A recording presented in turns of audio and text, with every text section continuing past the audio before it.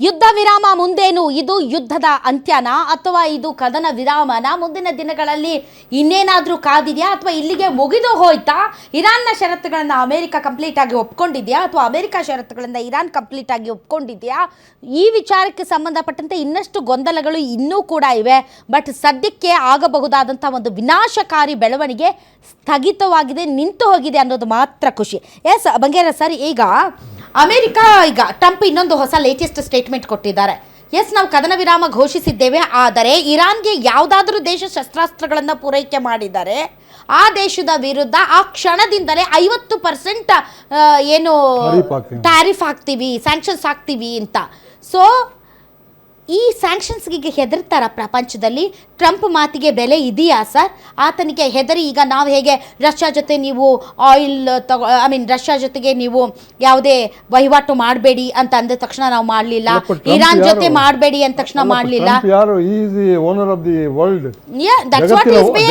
Super power ಕಂಟ್ರಿಯ super power. ಈಗ ನಮ್ಗೇನು ಗೊತ್ತಾ, ನಮಗೆ ಒಂದೇ ಒಂದು ನಮ್ಗೆ ಅಪ್ಲಿಕೇಶನ್ ಏನು ಹೇಳಿದ್ರೆ, ನಮ್ಮ ಸಾಧಾರಣ ಒಂದು ಆಲ್ಮೋಸ್ಟ್ ಅಬೌಟ್ 800 ಬಿಲಿಯನ್ ಏನೋ ನಾವು ಇದು ಮಾಡ್ತಾ ಇರ್ತೇವೆ, ಒಂದು ಎಕ್ಸ್ಪೋರ್ಟ್ ಮಾಡ್ತಾ ಇರ್ತೇವೆ ಇಲ್ಲಿಂದ, ಆಮೇಲೆ ಇಂಪೋರ್ಟ್ ಮಾಡ್ತಾ ಇದ್ದೇವೆ. ನಮ್ಮಲ್ಲಿ ಸಾಕಷ್ಟು ಜನ ಅಮೆರಿಕದಲ್ಲಿ ಹೋಗಿ ಸೆಟ್ಲ್ ಆಗಿ ಅಲ್ಲಿ ವ್ಯವಹಾರ ಮಾಡ್ತಾಯಿದ್ದಾರೆ. ಸೊ ಆ ಉದ್ದೇಶದಿಂದ ನಾವು ಒಂದು ಜಗಳ ಮಾಡಲಿಕ್ಕೆ ಹೋಗಲ್ಲ, ಆ ತಾಳ್ಮೆಯಿಂದ ಆಯ್ತಪ್ಪ ನೀನು ಹೇಳಿದ್ರೆ. ನೀವೇನೇ ಹೇಳಿ ಸರ್, ಒಂದು ಸಣ್ಣ ದೇಶ, ನಾಟ್ ಇವನ್ 10 crores ಪಾಪ್ಯುಲೇಷನ್, ಒಂದು ಸಣ್ಣ ದೇಶ ಇವತ್ತು ಟ್ರಂಪ್ನ ಹೆಡೆಮುರಿ ಕಟ್ಟಿ ನಿನ್ನ ಮಾತಿಗೆ ಯಾವುದೇ ಬೆಲೆ ಇಲ್ಲ ಅಂತ ಆತನ ಮಾತಿಗೆ ಪದೇ ಪದೇ ಫ್ಲಿಪ್ ಆಗೋದನ್ನು ಬೆತ್ತಲು ಮಾಡಿ ತೋರಿಸಿದೆ ಸರ್. ನೋಡಿ ಎಂಥ ಸೂಪರ್ ಪವರ್ ನೇಷನ್ ಅದು. ಇಡೀ ಪ್ರಪಂಚದಲ್ಲಿ ಅತ್ಯಂತ ಬಲಿಷ್ಠವಾದಂಥ ಮಿಲಿಟರಿ ಪಡೆ ಇರುವಂತಹ, ಕಣ್ಣು ಮಿಟಕಾಯಿಸಿ ಸ್ಯಾಂಕ್ಷನ್ಸನ್ನು ಹಾಕಿ ಬಗ್ಗುಬಡಿಸುವಂತಹ ದೇಶವನ್ನು, ಒಂದು 10 ಕೋಟಿ ಪಾಪ್ಯುಲೇಷನ್ ಇರುವಂಥ ಒಂದು ಸ್ಮಾಲ್ ದೇಶ, ಒಂದು ಇರಾನ್ನಂತಹ ದೇಶ ಆತನ ಮಾತಿಗೆ ಬೆಲೆ ಇಲ್ಲ ಅಂತ ಇಡೀ ಪ್ರಪಂಚಕ್ಕೆ ಸಾರಿ ತೋರಿಸ್ತು. ಅಲ್ಲಲ್ಲ, ಈಗ ಇರಾನ್ ಹಿಸ್ಟ್ರಿ ನಾವು ಅದರ ಹಿಸ್ಟ್ರಿ ತಗೊಳ್ಬೇಕಾಗತ್ತೆ. ಏನಂತ ಹೇಳಿದ್ರೆ, ಇರಾನ್ ಇವತ್ತಿನ ನಿನ್ನೆದಲ್ಲ, ನಾಗರಿಕತೆ ಬಹಳ ಹಿಂದಿಂದದು. ಆಮೇಲೆ ಅದು ಅವರು IRGC ಇದೆಲ್ಲ ಅದು ಬಂದದ್ದು ಕೊಮಿನಿ ಬಂದಾದ್ಮೇಲೆ. ಅದಕ್ಕಿಂತ ಮೊದಲು ಅದು ರಾಜನ ಆಳ್ವಿಕೆಯಿಂದ ರೆವಲ್ಯೂಷನರಿ ಗಾರ್ಡ್ಸ್ಗೆ ಬಂತದ್ದು. ಆಮೇಲೆ ಕೊಮಿನಿ ಬಂದ್ಬಿಟ್ಟ. ಕೊಮಿನಿ ಬಂದಾದ್ಮೇಲೆ ಆ ದೇಶದ ಇದು ಹಾಳಾಯ್ತು, ಯಾಕಂದ್ರೆ ಅವನು ಸರ್ವಾಧಿಕಾರಿ ಆಗ್ಬಿಟ್ಟ. ಅಲ್ಲಿ ಆರ್ಮಿಗೆ ಪವರ್ ಅಷ್ಟು ಪವರ್ ಇಲ್ಲ, ಬಟ್ IRGCಗೆ ಪವರ್ ಜಾಸ್ತಿ ಇತ್ತು.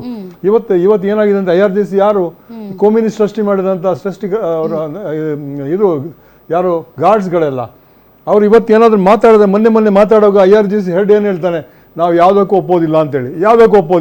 ಆದರೆ ಇವತ್ತೇನಾಗಿದೆ ಅಂತ ಹೇಳಿದ್ರೆ, ಅವ್ರಿಗೆ ವಿಧಿ ಇಲ್ಲ.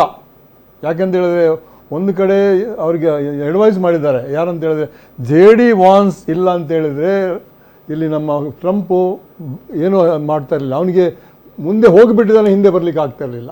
ಆ ಪರಿಸ್ಥಿತಿ ಆಗಿತ್ತು. ಅಂದರೆ ಇನ್ಸಲ್ಟ್ ಆಗ್ತಿತ್ತು ಅವನು. ಈ ವಾರ್ ಮಾಡೋದನ್ನು ಅದನ್ನು ತಡ್ಕೊಳ್ಳುವಂಥ ಶಕ್ತಿ ಇಲ್ಲ. ಯಾಕೆಂದರೆ ಅವರು ಅಮೆರಿಕದ ಆರ್ಥಿಕತೆ ಭಾಳ ವೀಕ್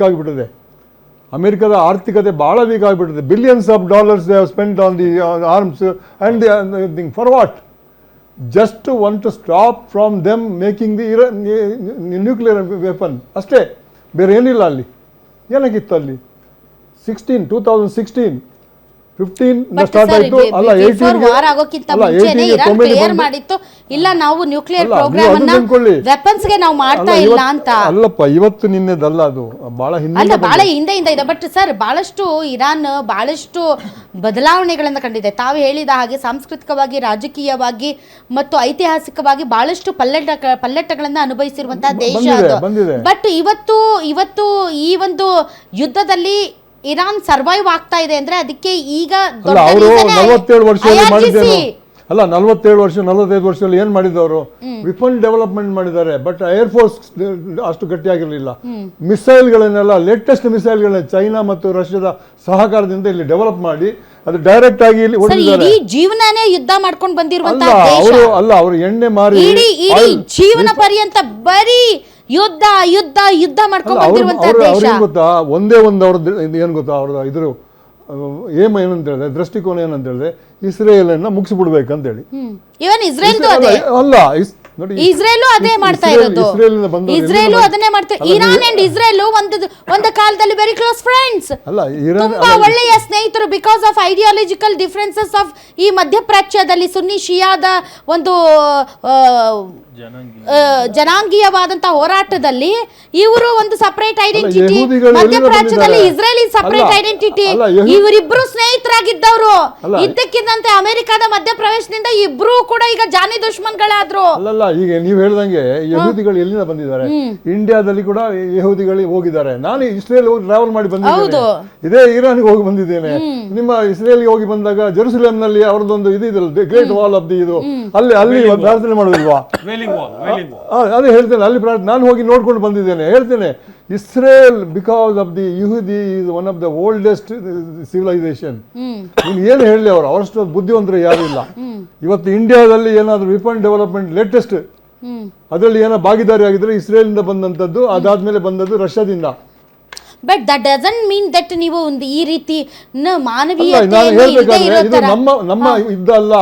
ಇದು ಏನ್ ಗೊತ್ತಾ ಡಿಫರೆನ್ಸ್? ಇದು ಒಬ್ಬ ಮನುಷ್ಯಂದು ತಲೆ ತಿಕ್ಕಲ ಅಂತ ಹೇಳ್ತಾರಲ್ಲ, ಅವನ ಯಾರು ಟ್ರಂಪ್, ಅವ್ರನ್ನ ಹೊಡೆದಾಕ್ಬೇಕಂತ ಹೇಳಿದ್ರೆ ಏನ್ ಹೊಡೆದಾಕ್ಬೇಕು, ಎಲ್ಲಿ ಹೊಡೆದಾಕ್ಬೇಕು? ಸರ್, ಇವನ್ Netanyahu is also one big ತಿಕ್ಲಾ, ಅಲ್ಲ, ಅವನು ಟ್ರಂಪ್ ಇಸ್ ಆಲ್ಸೋ ಬಿಗ್ ತಿಕ್ಲಾ. ಸೊ ಈ ತಿಕ್ಕಲ್ಗಳ ಸಹವಾಸದಲ್ಲಿ ಸರ್ ಇಡೀ ಪ್ರಪಂಚನ ನಾವು ವಸುದೈವ ಕುಟುಂಬಕಂ ಅಂತ ಅಂತೀವಿ.